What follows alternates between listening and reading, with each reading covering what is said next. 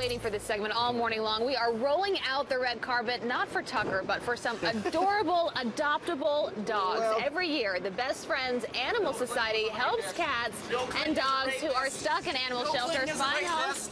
Bill Clinton is a rapist.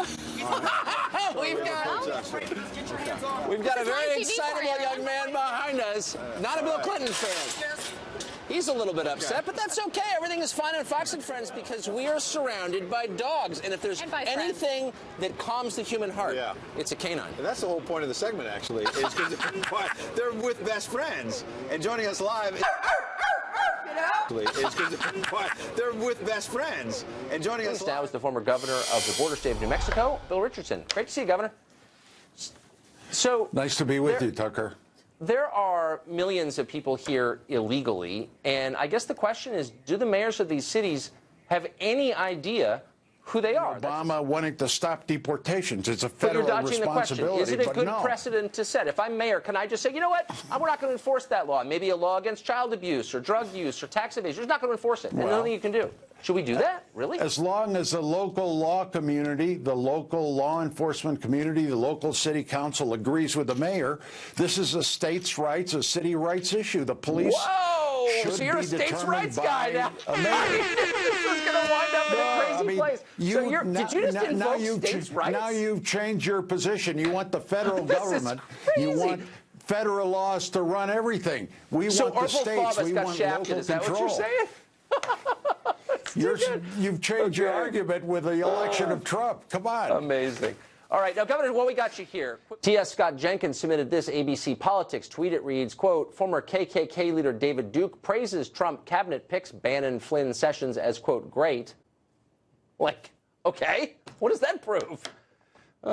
R. Dunny 83 sent us this headline, these two headlines from Slate. The first is on November 19th, 2015. It reads, Donald Trump is actually a moderate Republican. And then, by the same author, just days later, on November 25th, 2015, it says, Donald Trump is a fascist. And the subheadline reads, this isn't a partisan attack. It is the political label that best describes what the GOP frontrunner has become. Huh. Gina tweeted this headline, also from Slate. That's a goldmine, by the way, of dumbness. There's no such thing as a good Trump voter. And finally, Shane Winters submitted this headline from GQ, the formerly impressive magazine. It said, quote, Donald Trump might literally destroy the world. Not figuratively, literally. Tomorrow to unravel the mystery is New York Times columnist and two-time Pulitzer Prize winner Nick Kristof. His latest column is entitled 12 Steps for Voters in Despair. Nicholas Kristof, thanks for joining us. Appreciate it. Good to be with you. So you've got this new column out, 12 Steps for people who are traumatized, as you say, by the election. And I won't go through all of them, but it's a sample: volunteer to fight Islamophobia, join the ACLU, donate to Planned Parenthood, take on sexism and misogyny, sort of all the stations of the cross of lifestyle liberalism. But there's no number 13, which is assess why this happened. Think deeply about why an event you didn't predict came to pass. Why not? Where? I guess what I'm looking for is empathy. So you've traveled all around the world, famously to the worst places in the world: Darfur, Mogadishu, Ouagadougou, I'm sure. Yeah, probably to those places much more than Modesto and Lewiston, I would imagine. I've never read a column by you that suggests the people in those places, who support dictators oftentimes, are racist or bad people. You would never write that about a poor person in the third world. But you're implying that about your fellow Americans. No, I'm not, Tucker. If you look at my columns, I precisely said we have to avoid that it's important not to stereotype Trump voters. I've been taking abuse on that from my fellow liberals because, I mean, these are ideas that I believe in very powerfully, but I also think it's important not to demonize Trump voters. Really? Because the American Nazi Party and the KKK don't really exist in a meaningful sense. They may have an office or a website, but they're not tens of thousands or millions of members. Look. And when you tie Trump supporters to those groups, that's a slur. No, it's not. I mean, I think that Trump is, frankly, a bigot. I think he has a racist history. I don't think that of his supporters. And I mean, his supporters from my hometown, I understand that suffering. I've written about it repeatedly from my town. And what solutions have you proposed? You know, I think it's hard, but I think education has to be at the heart of it. I don't think it's something that one can... Well, they have schools. What does that mean, education? I think that we underfund education for the people who most need it, that essentially affluent people in the New York suburbs get good education. In Yamhill, I don't think you get a good enough education. I think we also have to... And you really think it's all about funding? Do you think there's evidence of that? There's social science to support the more you spend, the better result you get? I think it's complicated and you can't pour money into a broken system, but I do think that money levels matter. I also think you need to create jobs, frankly, and maybe that will be... What kind of jobs? So, I mean, there is pretty good social science evidence on things like career academies to present the most at-risk people and provide them with apprenticeship jobs that lead to a career. It saves money over the long term. And this is not an area that I'm not a labor economist. But that's kind of the point I guess I'm making. I'm not trying to be mean, but you've written a lot about climate change, for example. You're really concerned about it. You've thought a lot about it. You've thought a lot about the suffering of people in other countries. It doesn't seem like you've thought that deeply about the suffering of your fellow Americans. You don't have the solutions you have for, say, global warming. And my question is, isn't it always easier for the elites to identify with abstractions or poor people in other countries and kind of ignore their own countrymen? I've noticed this. Have you noticed that? I mean, I think but just out of 13, none of them was, hey, comfortable, smug people on the Upper West Side. Like, think about why people would have voted for the guy. That's not one of the prescriptions. Giving to Planned Parenthood? Absolutely, absolutely. Two of them are precisely about that. And I'd encourage people to go and nytimes.com, read this column, and you can see for yourself You say get out of your bubble, but I will avoid demonizing people who don't agree with me about this election, recognizing it as wrong to stereotype Trump supporters as anybody else. You just tied them to the Klan. Not at all. Not at all. No, that's completely unfair reading of this. Well, and I encourage people to check for yourself and read for themselves. Please do. Check for yourself. Nicholas Kristof, thanks a lot for joining us. Sure. Good to be with you. I appreciate it. Good to be in the lion's den. Thank you.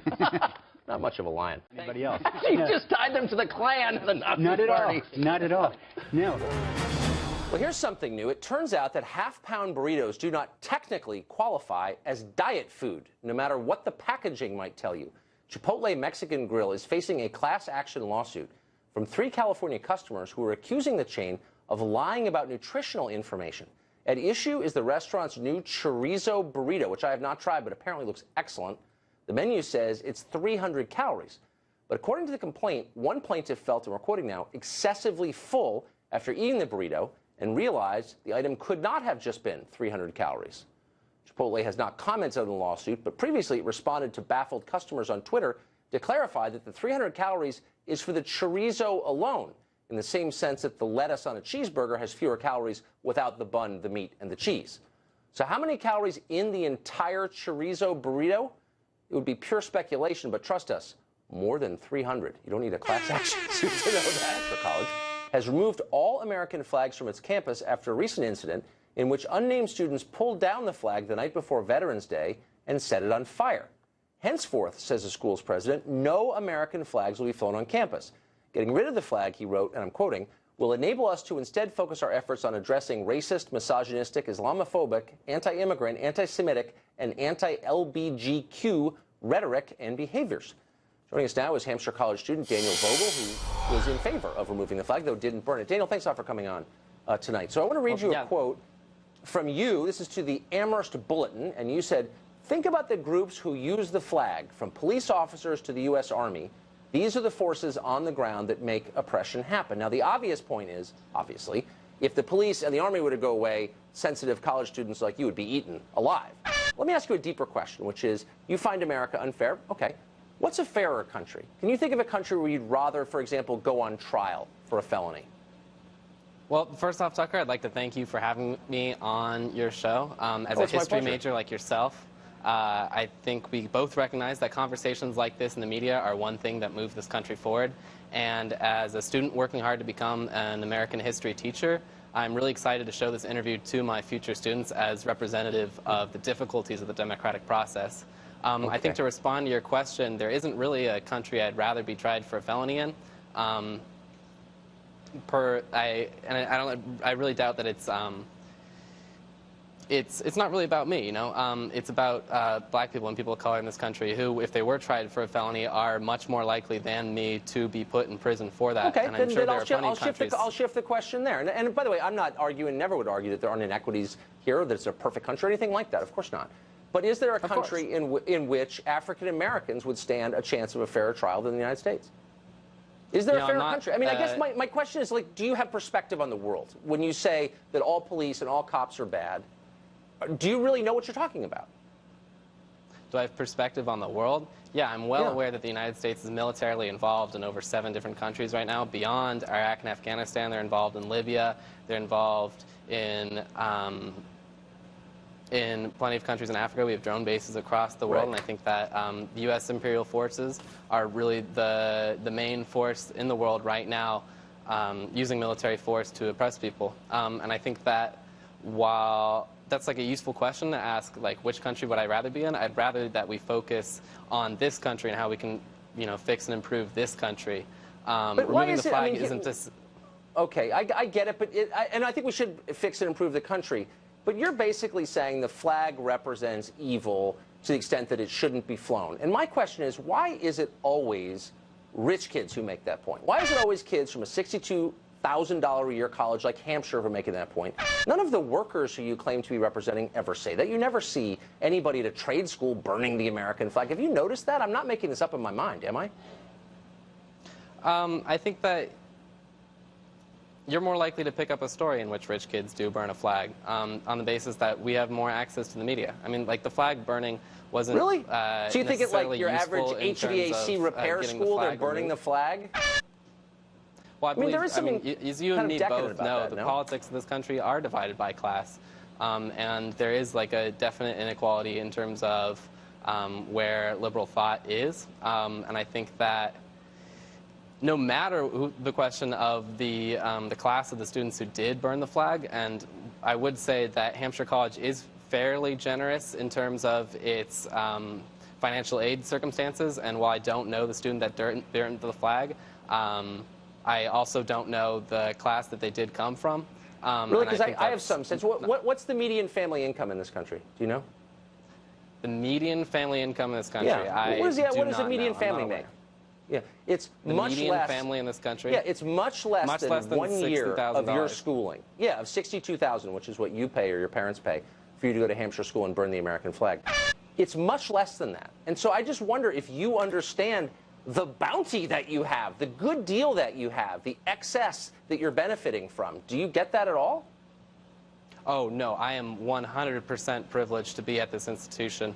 And I think that I have to recognize the fact that the wealth of my parents that was able to pay for this institution was garnered off of slavery and was taken from exploitation. The land that I live on was taken from Native peoples, and the land that I live on back in Portland, back home, was taken from Native peoples. It's the wealth of the people who've been oppressed and who've had things stolen from them that allow me to go to this institution. But then, so why are you doing it? I mean, honestly, why are you doing it? I mean, why not go pick apples in Washington State? Why are you consuming $62,000 a year of this blood money, as you describe it, to sit around campus and do pointless rhetorical and symbolic acts like burning flags? I mean, why not work with the people, the laborers?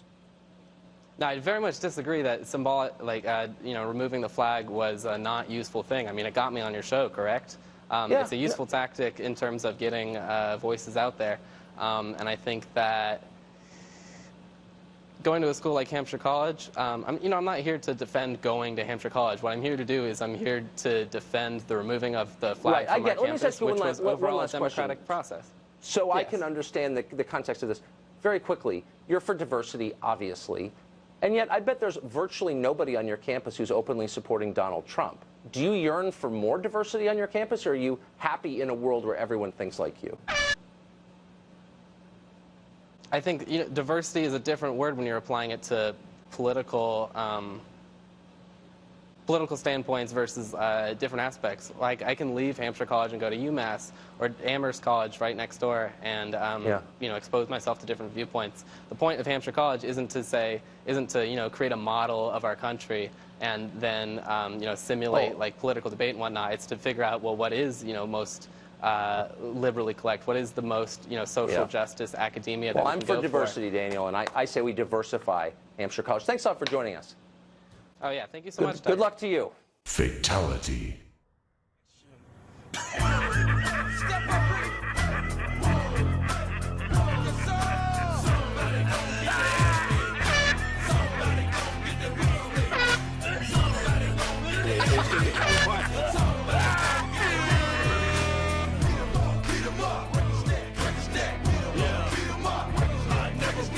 Civil rights issue, the police. Whoa!